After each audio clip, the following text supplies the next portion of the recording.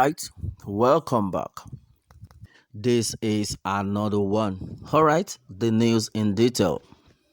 The issue of Ezeigbo in the diaspora has been one issue that has divided the opinions of Igbo leaders and stakeholders.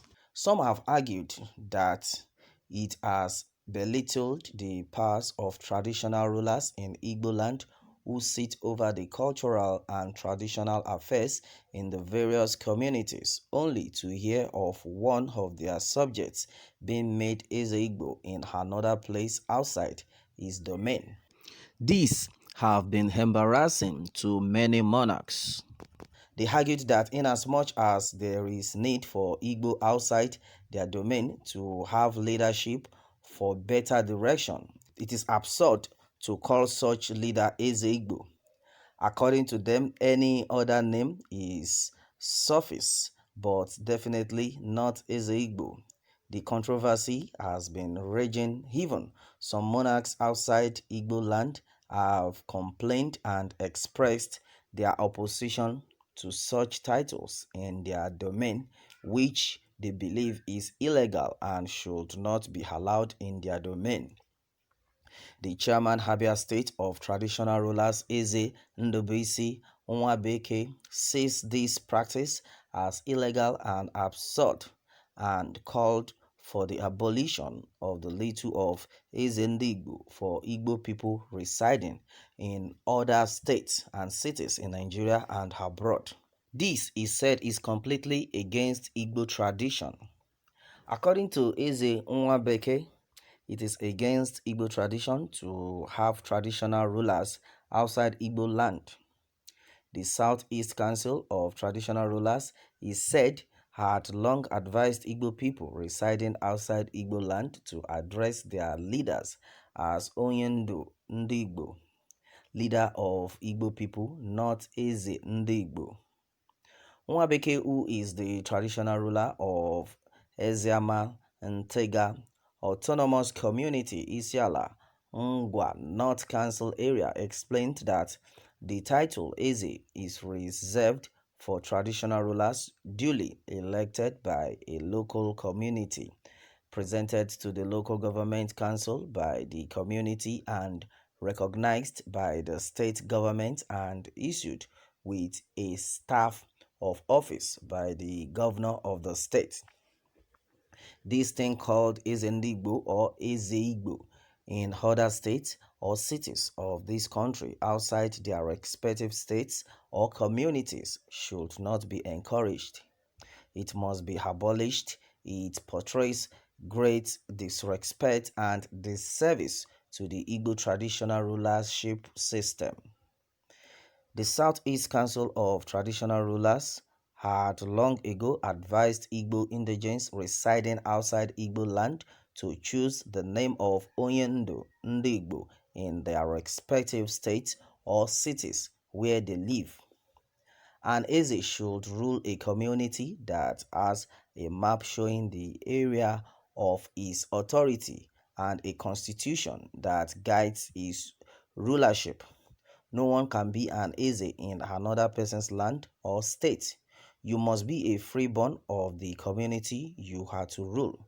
Tenants in urban areas should not talk of having palaces in a foreign land where they reside.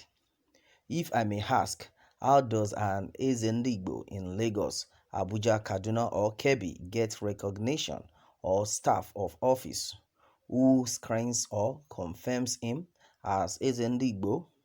Who gives him authority? How does he determine his area of authority or jurisdiction? It is the governor or local government chairman of another state who doesn't understand the Igbo custom and tradition.